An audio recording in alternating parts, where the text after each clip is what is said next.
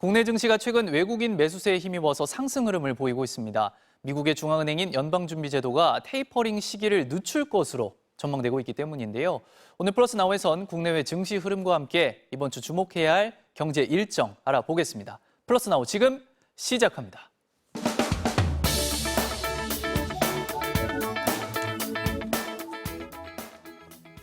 정용택 IBK 투자증권 리서치본부장과 함께하겠습니다. 안녕하십니까? 안녕하십니까? 자, 국내 증시부터 오늘은 살펴보겠습니다. 예. 이게 계속 오르면서 3,200선을 회복을 했네요. 네, 지난주 코스피는 전주보다 67포인트 오른 3,200으로 마쳤습니다. 예. 지난달 12일 이후 10여일 만에 시장을 견인한 건 외국인이었습니다. 외국인이 지난달 31일 순매수세로 전환하면서 나흘 연속 국내 주식을 사들이며 지수 상승을 주도했습니다. 예. 외국인이 가장 큰 관심을 보인 종목은 반도체였는데요. 반도체의 경우 4개월 연속 수출액이 100억 달러를 웃돌 만큼 견고한 실적을 냈습니다. 특히 삼성전자에 대한 매수세가 강한 한 주였는데 이번 주에 어떤 흐름을 보일지 관심이 모아집니다. 예, 외국인들이 지난달 말부터 돌아오기 시작한 것 같은데 예. 이게 특별한 이유가 있습니까? 미국의 경우 현재 델타 변이 확산으로 고용 지표가 크게 악화됐습니다. 예. 이 때문에 미국 경기가 2분기 정점을 찍고 둔화될 것이라는 예상이 확산되고 있는데요. 예. 이 때문에 연준이 테이퍼링 시기를 늦출 것으로 관측되고 있습니다. 그동안 연준은 연내에 테이퍼링을 시작하겠다는 신호를 보냈는데요. 이게 내년으로 미뤄질 가능성이 생긴 겁니다. 결국 이런 흐름이 외국인들로 하여금 경계심을 누그러뜨려서 국내 시장에도 영향을 미친 것으로 풀이되고 있습니다. 예, 가장 큰 어떻게 보면 불확실성이 사라졌다. 예. 이렇게 볼 수 있겠군요. 알겠습니다. 자, 지난주 미국 증시는 어땠습니까? 미국 주식시장도 지난주에 강세 흐름을 이어갔습니다.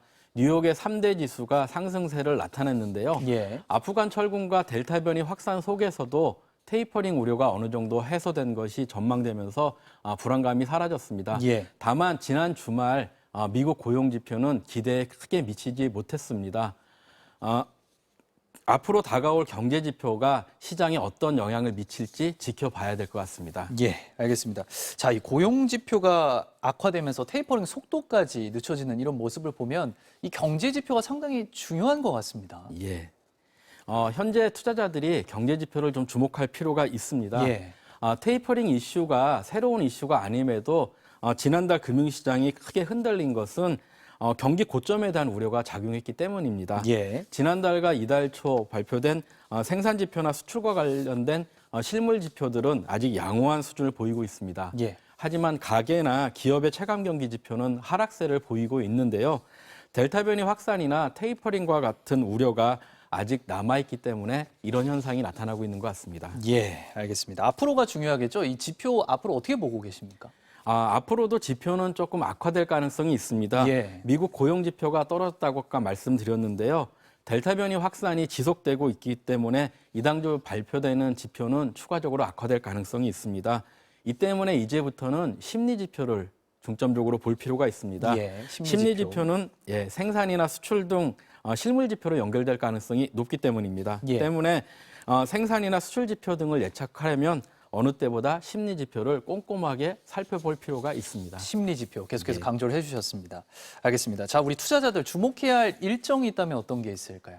예, 일정은 미국 시간으로 21일 예정되어 있는 FOMC를 주목할 필요가 있습니다. 예. 지난달 잭슨홀 미팅에서 연내 테이퍼링 시행 가능성이 나왔던 만큼 이번 FOMC에서 어떤 발언들이 나올지 관심이 높아지고 있습니다. 미국의 고용 쇼크 때문에 테이퍼링 시기가 늦춰질 것이다라는 전망도 있는데요. 예. 이 또한 장담할 수는 없습니다. 전문가들은 현재 9월 중순 이후 테이퍼링 이슈가 다시 불거질 것으로 보고 있습니다. 예. 특히 우리나라 경우에는 FOMC 회의 시기를 또 주목을 해야 되는데요. FOMC에서 통화 정책 결정이 발표되는 날이 우리나라 추석 연휴가 끝나는 날입니다. 예. 그만큼 우리나라 투자자들이 이 불확실성에 더 빨리 노출된다라고 볼 수 있습니다. 예, 알겠습니다. 자, 이 테이퍼링이 FOMC 회의에서 또 시기가 어떻게 나오는지에 대한 언급 이런 것도 좀 주목해 봐야 되겠군요.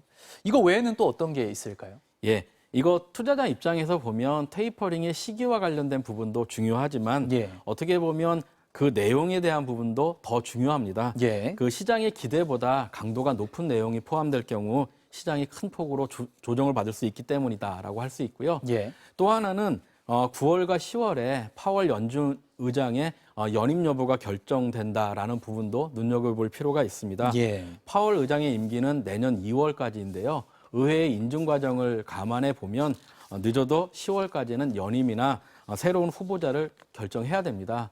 연준 의장의 연임 여부가 중요한 이유는 미국의 통화 정책이 글로벌 금융시장뿐만 아니라 우리나라 주식시장에도 미치는 영향력이 크기 때문입니다. 예, 알겠습니다. 자, 한 가지 좀 더 여쭤보겠습니다. 이 금리에 대한 불확실성은 완전히 해소됐다고 혹시 보십니까? 금리에 대한 불확실성은 완전히 해소된 것은 아닙니다. 예. 한국은행 같은 경우, 저희 같은 경우에는 10월이나 11월 달에 추가적인 금리 인상이 있을 수 있다라고 생각하고 있습니다. 예, 알겠습니다. 자, 이 파월 의장은 온건하게 좀 정책을 추진하는 어떤 비둘기파적인 모습을 보여줬기 때문에 이 연임이 되면 또 정책에 영향을 미칠 수 있겠군요. 계속해서 좀 지켜봐야겠습니다. 예, 그렇습니다. 알겠습니다. 오늘 여기까지 듣겠습니다. 고맙습니다.